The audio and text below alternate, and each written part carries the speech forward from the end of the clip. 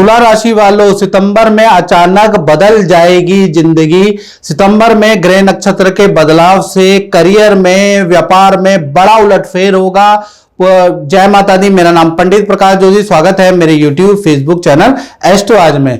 मित्रों, इस कार्यक्रम में हम चर्चा कर रहे हैं तुला राशि के मंथली राशि फल के बारे में कि सितंबर का महीना कैसा रहेगा, इसके बारे में चर्चा कर लेते हैं। यदि आपकी जन्म राशि तुला राशि है या बोलता नाम तुला राशि शुरू हो रहा है या तुला लगन है तो आप मेरा राशिफल बेरोक टोक देख सकते हैं। तो ये तुला राशि की कुंडली आ रही है जो आपके सामने आ रही है। देखेंगे इसके ग्रह गोचर के अनुसार राहु आपके पंचम भाव में बैठे हैं, शनि आपके मीन राशि छठे भाव में बैठे हैं, चंद्रमा सप्तम भाव में बैठे, मंगल देखिएगा नवम भाव में बैठे हैं और बृहस्पति आपके दसम भाव यानी करियर भाव में बैठे हैं। सूर्य बुध और केतु की युति सिंह राशि में लाभ भाव में बैठी है और शुक्र आपके 12वें भाव में कन्या राशि में बैठे हैं। हालांकि तुला राशि के हो जाएंगे। तो कुल मिलाकर ग्रह की स्थिति है, इसके कारण आपके जीवन में, जी हां, तुला राशि वालों के जीवन में 7 घटनाएं होंगी। पूरा कार्यक्रम देखिएगा, नहीं तो तुला राशि वाले कहते हैं कि हमारे साथ तो ये हो गया, गुरुजी तो बताया ही नहीं, आपने पूरा कार्यक्रम देखा नहीं।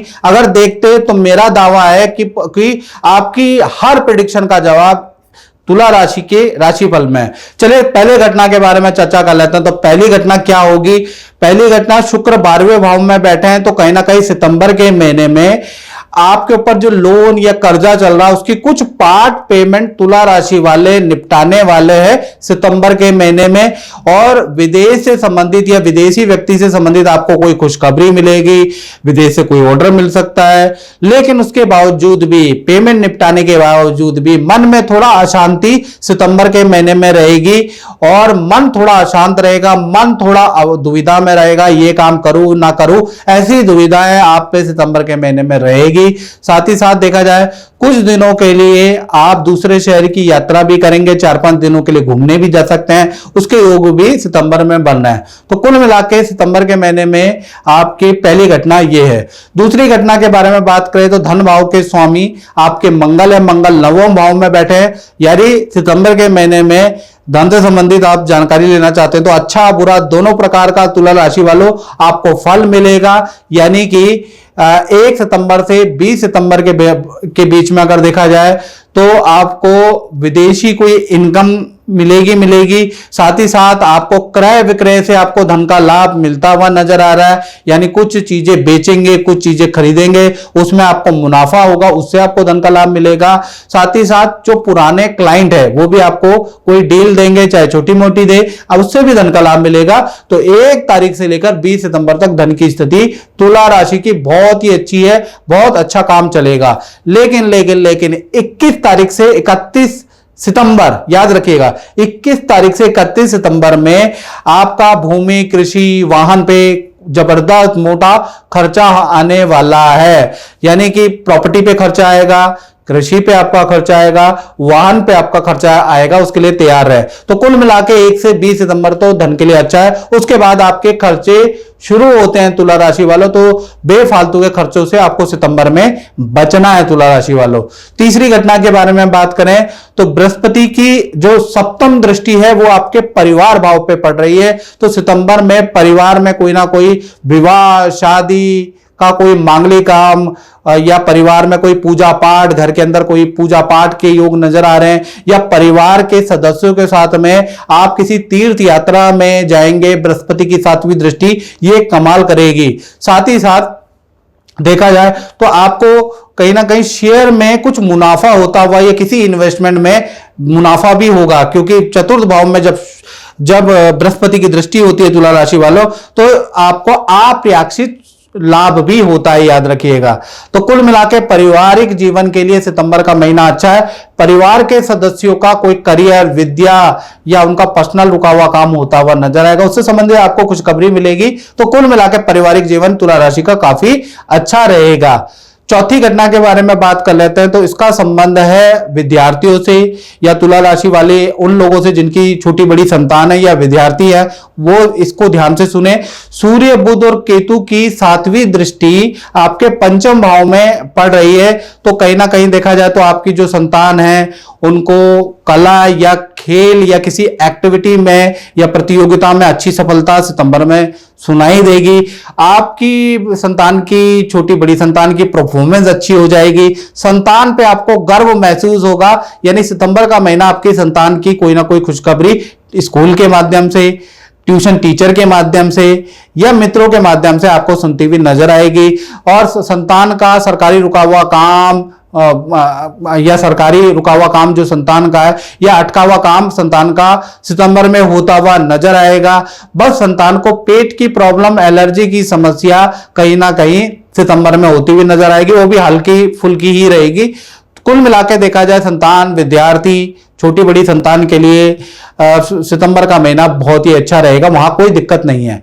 पांचवी घटना के बारे में बात करें तो गुरु जो है 10वें भाव के अंदर बैठे हैं। 10th हाउस कर्म का भाव होता है मित्रों, करियर का भाव होता है। तो करियर में कोई ना कोई इच्छा पूर्ति आपकी सितंबर में होगी। ऑफिस में जो आप चाह रहे थे अपने लिए कि मेरा ट्रांसफर यहां हो जाए, मुझे ये काम मिल जाए, तो 5 सितंबर से और 28 सितंबर के बीच में आपका पद प्रमोशन के योग बनते हैं तुला राशि वालों। ऑफिस में कोई ना कोई इच्छा आपकी पूरी होगी तुला राशि वालों। और करियर में अटका हुआ काम आपका 5 सितंबर से 28 सितंबर के बीच में बनने वाला है। साथ ही साथ टीम के मैनेजमेंट, आपके मैनेजर, आपके सीनियर में भी बड़ा बदलाव होगा और आपके प्रोजेक्ट में भी बड़ा बदलाव होता हुआ सितंबर में नजर आ रहा है। यानी प्रोजेक्ट में भी बदलाव के लिए आप तैयार रहे। और जो आपके मैनेजर हैं, जो आपके सीनियर हैं, वो भी बदल सकते हैं, पूरी मैनेजमेंट की टीम बदल सकती है। वो सितंबर में ऐसा बड़ा बदलाव होता हुआ, ऐसा उलटफेर होता हुआ नजर आएगा। यानी करियर में बड़ा उलटफेर है, लेकिन आपको उसका फायदा मिलेगा। साथ ही साथ छठी घटना के बारे में बात करें तो वो होगी तुला राशि के दाम्पत्य जीवन की। चाहे प्रेमी प्रेमिका, लव कपल हो, चाहे पति पत्नी हो, उनमें हम बात कर लेते हैं। सबसे पहले हम लव कपल यानी प्रेमी प्रेमिका के बारे में बात कर लेते हैं। तो चंद्रमा मेष राशि में आपके 7वें भाव में बैठे हैं। तो देखा जाए जो आपके पार्टनर है आप पे शक करने वाले हैं सितंबर के महीने में, तुम कहां जा रहे हो, आपका व्हाट्सएप स्टेटस चेक करने वाले हैं, आपका फोन लेके बड़ी इंक्वायरी करने वाले हैं, आपसे बहस करने वाले हैं, याद रखिएगा। साथ ही साथ देखा जाए तो आपके पार्टनर की अपने मित्रों के साथ में कुछ यात्रा, नदी पहाड़ों की यात्रा की आपसे परमिशन लेंगे, अपने मित्रों के साथ में आपके पार्टनर घूमने जाएंगे।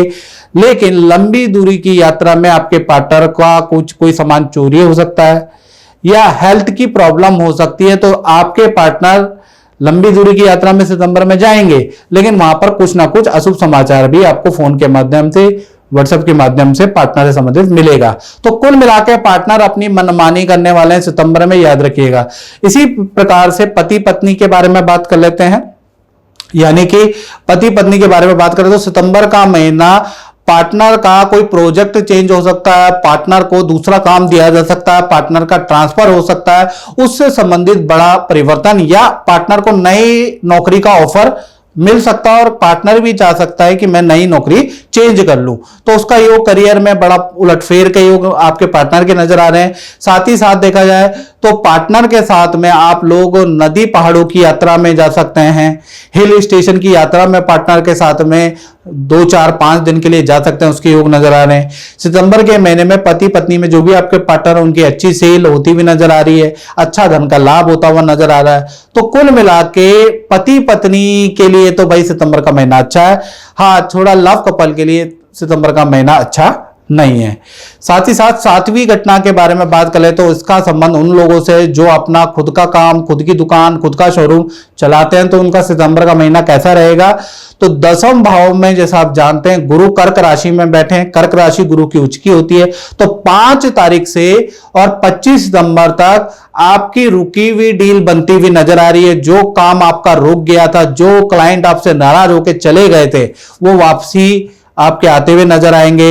अचानक आपको कोई बड़ा ऑर्डर 5 सितंबर के बाद मिलता हुआ नजर आ रहा है। साथ ही साथ कोई नए प्रोडक्ट में आप काम करने वाले हैं या नई टेक्नोलॉजी में आप काम करने वाले हैं, उस पर पैसा इन्वेस्ट करेंगे और काम शुरू करने वाले हैं।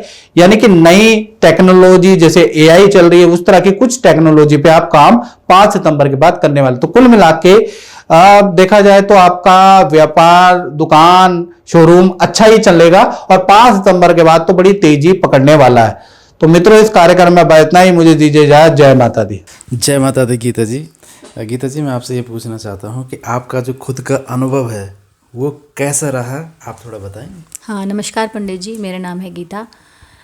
मैं पंडित जी को 16 साल पहले से जानती हूँ। मैं आई हूँ, मेरे को कुछ प्रॉब्लम होती है, अगर जैसे मेरे फादर गुजर गए तो मेरे घर में कोई भी नहीं था हेल्प करने के लिए। मैंने पंडित जी से थोड़ी सलाह मांगी कि क्या करना है, तो पंडित जी ने मुझे बोला कि तुम अच्छे कर्म करो, फल ज़रूर मिलेगा। पंडित जी हमेशा मुझे समझाते हैं। मेरे पास प्रॉपर्टी नहीं थी, पंडित जी ने बोला, मेरे हाथ में जब नहीं थी, मैं किराए के मकान में रहती थी पंडित जी, वो भी नोएडा में। 7,000 रुपये किराया देती थी, अकेली थी घर में कमाने वाली। पंडित जी ने बोला, नहीं गीता, तुम मेहनत से काम करो, तुम अपना दिमाग भटकाओ मत, तुम अकेली हो तो तुम सब कुछ सही करोगी। और एकदम अनजाने में ही मेरे हाथ एक प्रॉपर्टी हो गई, फ्लैट, जो आज मैं अच्छे से रह रही हूँ गाज़ियाबाद में एक अपार्टमेंट में जी। और पंडित जी ने जैसे जैसे मेरी लाइफ में लिखा, उन्होंने बोला, गीता तुम सही मार्ग पे चलो, तुम्हारी शादी होगी, तुम्हारा बच्चा होगा, सब होगा। और मेरे को भी जब कोई प्रॉब्लम होती है ना, जैसे कभी कभी मेरा भी मन भटकता है, क्योंकि देखिए पंडित जी, मैं भी एक प्राइवेट नौकरी करती हूँ। हम इंसानों का दिमाग ना भटकता है बहुत, कुछ हमसे भी गलती हो जाती है। तो सबसे पहले जब मेरा मन भटकता है ना, मैं किसी पे विश्वास नहीं करती। इवन मैं अपने पति से, माँ से भी नहीं शेयर करती। आके मैं पंडित जी से बोलती हूँ, पंडित जी मेरे से ये गलती हो गई, किसी के साथ मैंने ऐसा कह दिया या कर दिया, अब मुझे क्या होगा, मुझे पता है क्योंकि इसकी सज़ा मुझे ऊपर वाला देगा, तो मैं अपनी गलती माफ़ी मांगने के लिए क्या करूँ। तो पंडित जी मुझे समझाते हैं कि गीता तुम्हें ऐसा नहीं करना चाहिए था, जो तुमने गुस्से में या बहकावे में कर दिया है, तो इसको अब तुमको ऐसे ऐसे करना है, समझाया है, ताकि और मेरे दिमाग में वो बात जब आ जाती है तो मैं आगे इन फ्यूचर वो गलती भी नहीं करती। और मैं पंडित जी से हमेशा हेल्प मांगती हूँ, पंडित जी मुझे थोड़ा समझाओ, मेरी लाइफ में मैं और प्रोग्रेस कैसे करूँगी, मेरी जॉब प्रोफाइल का क्या होगा।